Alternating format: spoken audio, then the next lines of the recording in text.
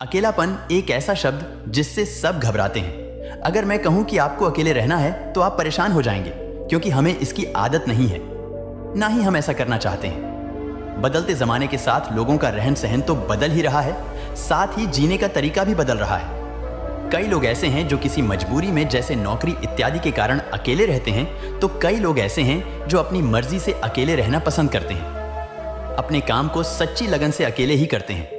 जो लोग अपने मर्जी से अकेले रहते हैं, उनमें कुछ अलग ही गुण होते हैं। ऐसे लोग जीवन में सफलता जल्दी हासिल कर लेते हैं। अकेले रहने के फायदे अगर आपने समझ लिए तो समझो आपने पूरी जिंदगी समझ गए। अकेले रहना किसी के लिए वाकई आसान काम नहीं है अकेले रहने का, लेकिन यह भी मतलब नहीं है कि हम अपने घर, परिवार, मित्रों से दूर रहें। अकेले रहने की भी एक कला है जो आगे आपको इस कहानी में पता चलेगा। अकेले रहने का यह मतलब है एकांत में रहकर अपने काम को, अपने सम्मान को, अपनी प्रतिष्ठा को, अपने अंदर झांकने की कला को, अपने उज्जवल भविष्य को आप कैसे आगे बढ़ा सकते हैं, उसके बारे में जानना। हम अकेले रहने के उन 7 अमूल्य गुणों के बारे में भी जानेंगे। इस कहानी के माध्यम से एक व्यक्ति गुरु के पास आया और बोला, गुरुदेव, मेरे दुख का कारण क्या है? गुरु, बहुत ही बड़े आत्मज्ञानी व्यक्ति गुरु ने कहा, अपने आप कुछ चीजों से चिपका लेना, चीजों को पकड़ लेना और उन चीजों के प्रति आसक्त होकर उसके पीछे भागना ही तुम्हारे दुख का कारण है। उस व्यक्ति ने गुरु को धन्यवाद किया और कहा, गुरुदेव, आपने तो मेरी समस्या का समाधान कर दिया। मैं इतने दिनों से अपनी समस्या का समाधान चाहता था। आपका धन्यवाद गुरुदेव। यह कहकर वह व्यक्ति वहां से जाने लगा। गुरु ने कहा, पूरी बात तो सुन लो। उस व्यक्ति ने कहा, नहीं गुरुदेव, आपका इशारा मिल गया, बस वही काफी है, और समझदार को इशारा ही काफी होता है। 1 महीने के बाद हुआ, फिर से गुरु के पास आया। इस बार उस व्यक्ति का हाल बहुत ही बुरा था। वो बहुत ही दुखी था और सीधे गुरु के चरणों में गिर गया और कहा, गुरुदेव, आपने जो कहा था मैंने वैसा ही किया, पर मुझे सुख नहीं मिला। मुझे तो और दुख मिल रहा है। गुरु ने उस व्यक्ति से पूछा, तुमने ऐसा क्या किया? व्यक्ति ने कहा, मुझे अपने परिवार वालों से, मित्र रिश्तेदारों से दुख मिल रहा था। मैंने उसे छोड़ दिया और छोड़कर चला गया। 2-4 दिन तो मुझे अच्छा लगा, पर धीरे धीरे मुझे उनकी याद आने लगी। अपने माता पिता, अपनी पत्नी, अपने बच्चे याद आने लगे। रिश्ते, रिश्तेदार, यहां तक कि अपने शत्रु भी मुझे याद आने लगे। इतना दुखी तो मैं उनके पास रहकर भी नहीं था जितना मैं उनसे दूर होकर हो गया हूं।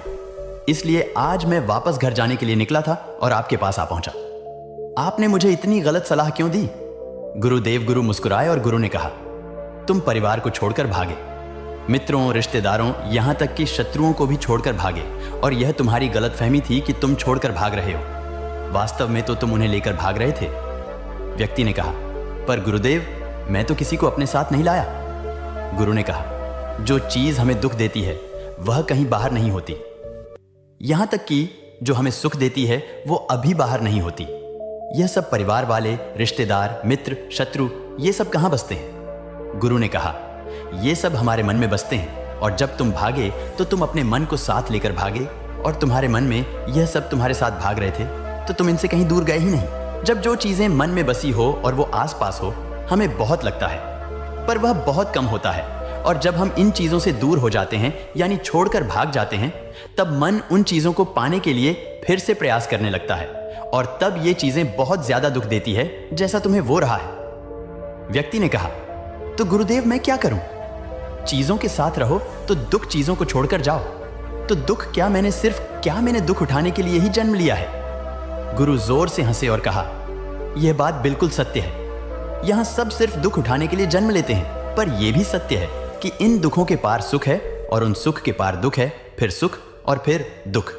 जिन चीजों में हमें सुख नजर आता है वो है दुख देते हैं, और जिनमें दुख नजर आता है वही सुख का कारण बन जाते हैं। उस व्यक्ति ने कहा, गुरुदेव, क्या इस सुख दुख के माया जाल से बाहर निकलने का कोई रास्ता नहीं है? गुरु ने कहा, रास्ता तो है, मगर तुम इसी दुनिया में रहना चाहते हो, इन सब के साथ रहना चाहते हो, तो तुम्हें एक काम करना होगा। तो तुम ऐसे ही रहो जैसे कि तुम इस दुनिया में अकेले हो। सबके साथ रहो पर अकेले रहो। व्यक्ति ने कहा, पर गुरुदेव ही कैसे हो सकता है? गुरु उस व्यक्ति को एक जगह पर ले गए जहां एक मेला लगा हुआ था। वहां बहुत भीड़ थी। गुरु ने कहा, देखो, अपने आसपास यहां किसी को जानते हो क्या?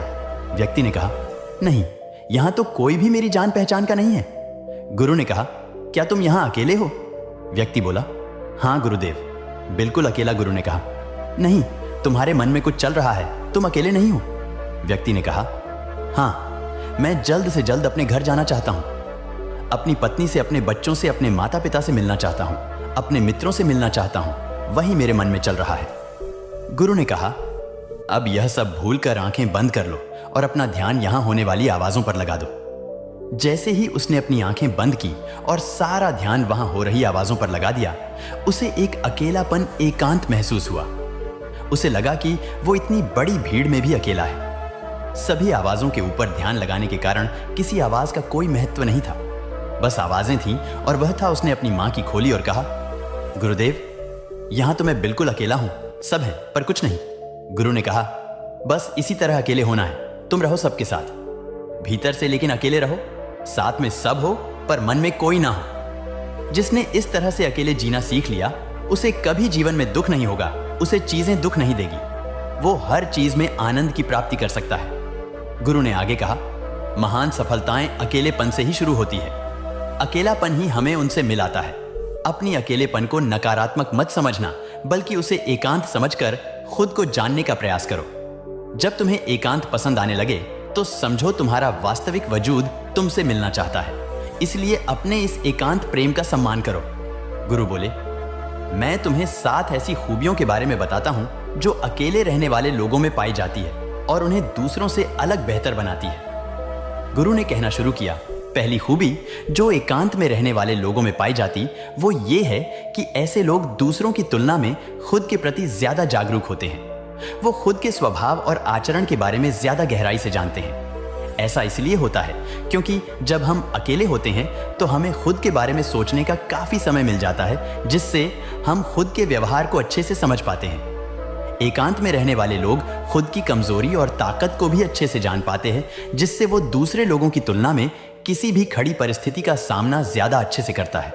गुरु ने कहा, अकेले रहने वाले लोगों की दूसरी खूबी है कि ये सकारात्मक सोच वाले लोग होते हैं। देखो, जब बहुत से लोग हमारे साथ होते हैं तो वहां एक दूसरे से तुलना, जलन, घमंड, लालच जैसे को विचार अपने आप ही मन में आने लगते हैं। फिर इंसान इन विचारों के वश में आकर उल्टे सीधे काम करने लगता है। हालांकि ऐसा नहीं है कि एकांत में रहने वाले लोगों के मन में ये विचार नहीं आते, लेकिन क्योंकि वो अकेले हैं इसलिए दूसरों से तुलना, जलन, घमंड जैसे विचार उनके मन में दूसरों की तुलना में थोड़े कम आते हैं। साथ ही अकेले रहने की वजह से उन्हें खुद के बारे में सोचने का ज्यादा समय भी होता है, जिससे वो अपने नकारात्मक विचारों को पहचान कर उन्हें कम कर सकते हैं, जिसके कारण ऐसे एकांत में रहने वाले लोग ज्यादा सकारात्मक होते हैं। अकेले रहने वाले लोगों की तीसरी खासियत यह है कि ये लोग ज्यादा अनुशासित और आत्मनिर्भर होते हैं, क्योंकि अकेले रहने वाले लोगों को अपनी ज्यादातर काम खुद से ही करने पड़ते हैं। इसलिए यह दूसरों की तुलना में ज्यादा बात तुम्हें निर्भर होते हैं। साथ ही ऐसे लोगों को दूसरों का काम भी पसंद नहीं आता। ये अपना काम खुद करने पर ही भरोसा करते हैं। साथ ही ये लोग कोशिश भी करते हैं कि दूसरों से कम सहायता लेनी पड़े। पर क्योंकि ऐसे लोग आत्मनिर्भर और अपने काम को लेकर स्पष्ट होते, ऐसे लोग अनुशासित भी होते हैं। ये लोग अपने समय की कद्र करते हैं और दूसरों का भी समय बर्बाद नहीं करते। अकेले होने की वजह से ऐसे लोग एक निश्चित दिनचर्या का पालन भी करते हैं, जिससे ये लोग ज्यादा व्यवस्थित होते हैं और ये भी इनके अनुशासित होने का एक कारण है। गुरु ने आगे कहा, अकेले रहने वाले लोगों की चौथी खासियत ये है कि ये लोग किसी भी चीज के बारे में बड़ी बारीकी से और गहराई में जाकर सोच सकते हैं। अकेले रहने वाले लोगों की ये सबसे बड़ी खासियत होती है। इसलिए जितने भी लेखक, कवि और बड़े बड़े कवियों के रचयिता हैं, उन सभी को एकांत में रहना पसंद था, क्योंकि जब कोई व्यक्ति एकांत में होता है तो अपने अंदर की आवाज सुन पाता है। जितने भी बड़े आविष्कार हुए हैं उन सब की शुरुआत एकांत में हुई थी, क्योंकि एकांत में रहकर ही किसी भी चीज के बारे में बड़ी बारीकी से सोचा और समझा जा सकता है। गुरु ने कहा, एकांत में रहने वाले लोगों की पांचवी खूबी यह है कि इनका व्यक्तित्व सबसे अलग हटकर होता है। वो लोग ज्यादातर दूसरे लोगों के साथ रहते हैं। ये अकेले रह ये नहीं पाते। वो कितनी भी कोशिश कर रहे हैं, लेकिन जाने अनजाने में सही, लेकिन दूसरे के व्यक्तित्व का कुछ हिस्सा उनके अंदर आ ही जाता है। दूसरों की आदतें, दूसरों के विचार उनके अंदर प्रवेश कर ही जाते हैं, जिससे उनके व्यक्तित्व में वो अनूठापन, वो निरालापन नहीं आ पाता। उनका व्यक्तित्व कई सारे लोगों के साथ व्यक्तित्व का मिश्रण होता है, पर क्योंकि एकांत में रहने वाले लोग अपना ज्यादातर समय अपने साथ बिताते हैं, इसलिए ये दूसरों की बातें और विचारों से बहुत ही कम प्रभावित होते हैं। इनके अपने जीवन को जीने के खुद बनाए नियम और कायदे होते हैं जिनका ये पालन करते हैं। ये किसी से भी आसानी से प्रभावित नहीं होते हैं, इसलिए ऐसे लोगों की पहचान सबसे हटकर सबसे अलग होती है। इसलिए इनके व्यवहार में एक अलग ही निरालापन होता है जो किसी दूसरे व्यक्ति को भी पसंद आ सकता है और ना भी। गुरु बोले, छठी खासियत जो एकांत में रहने वाले लोगों में होती, ज्यादा लोगों से अपने संबंध नहीं बनाते, लेकिन ये जितने भी लोगों से संबंध बनाते हैं सच्चे दिल से बनाते हैं। ऐसे लोगों की बहुत ही कम दोस्त होते हैं, लेकिन जीतने भी होते हैं। ये उनसे अपनी दोस्ती पूरी ईमानदारी से निभाने की कोशिश करते हैं। अक्सर लोगों को यह लगता है कि एकांत में रहने वाले लोग बहुत कम बात करते हैं, लेकिन उनसे पूछिए जिनसे ये दिल से जुड़े होते हैं, उनसे ये कितनी बातें करते हैं। वैसे लोग इन्हें अपना मान लेते हैं और वो इनके सामने अपने पूरे दिल की बात रख देते हैं। अकेले रहने वाले लोग बहुत ही कम लोगों के साथ संबंध रखते हैं, लेकिन जरूरत पड़ने पर वो अपनी तरफ से पूरी मदद करने के लिए तैयार रहते हैं। इसलिए इनके रिश्ते कम लोगों से तो होते हैं, लेकिन जिनके साथ भी होते हैं बहुत मजबूत होते हैं। अगली खासियत, अकेले रहने वाले लोग मानसिक तौर पर और भावनात्मक रूप से मजबूत होते हैं, क्योंकि उन्हें पता होता है कि अगर कोई समस्या उनके ऊपर आती है तो उन्हें अकेले ही उन्हें समस्या से निपटना पड़ेगा। कैसा बार बार करने से उनके अंदर खुद के प्रति आत्मविश्वास बढ़ जाता है, और आत्मविश्वास एवं आत्मसम्मान के बनने से वो मानसिक और भावनात्मक तौर पर और मजबूत होते चले जाते हैं और ये मान लेते हैं कि कोई भी ऐसी समस्या नहीं है जिससे वो अपनी दृढ़ इच्छा शक्ति के दम पर हरा ना सकें, और यही एक सोच उन्हें दूसरों से अलग बनाती। इतना कहने के बाद गुरु चुप हो गए। उस व्यक्ति ने कहा, गुरुदेव, आपकी सारी बात तो ठीक है, लेकिन ये कब कहा जा सकता है कि अकेलापन एक वरदान है? ये सुनकर गुरु ने कहा, अकेलापन हमेशा से ही एक वरदान रहा है, अगर हम उस समस्या को पूरी सकारात्मकता के साथ उपयोग कर पाए तो। क्योंकि जब हम दुनिया के लोगों के साथ होते हैं तब हम भीड़ का हिस्सा होते हैं, लेकिन जब हम अकेले होते हैं तब हम खुद के साथ होते हैं। जब हम खुद के साथ होते हैं तभी हम अपने समय का सदुपयोग, खुद का आकलन, खुद के शौक, सभी बातों पर अच्छे से ध्यान दे सकते हैं, अपनी कमजोरियों पर भी काबू पा सकते हैं, और ऐसा कह सकते हैं कि सच में अच्छाई की राह और इंसानियत की मंजिल भी पा सकते हैं। उस व्यक्ति को गुरु की बात समझ आई और वह गुरु को धन्यवाद कहकर चला गया। जिन चीजों को हम पाना चाहते हैं वो तब तक हमें दुख देती है जब तक कि हम उसे पा नहीं पाते। जब हम उसे पा लेते हैं तब वह फिर से हमें दुख देती है कि वो कहीं हमसे छूट ना जाए, और जब वो हमसे छूट जाती है तो फिर से हमें दुख देती। उसके जाने का दुख तो बहुत गहरा होता है। जीवन भर हम एक चीज को पकड़ते हैं, फिर दूसरी चीज को पकड़ते हैं, तीसरी चीज को पकड़ते और पीछे की चीजों को विदा करते रहते हैं। इसी तरह हम सुख पकड़ते हुए दुख को पकड़ते चलते हैं। पर जिस व्यक्ति ने अकेले रहना सीख लिया, वह परिवार में, समाज में सब कुछ करते हुए आनंद की प्राप्ति करते हैं। सारे कार्यों को पूरा करते हुए सुख से जीता है, आनंद से जीता है। दोस्तों, आपको यह कहानी कैसी लगी? हमें कमेंट करके जरूर बताना, और ऐसी ही और कहानियों के लिए सब्सक्राइब का बटन जरूर से दबा देना। धन्यवाद। जय सनातन।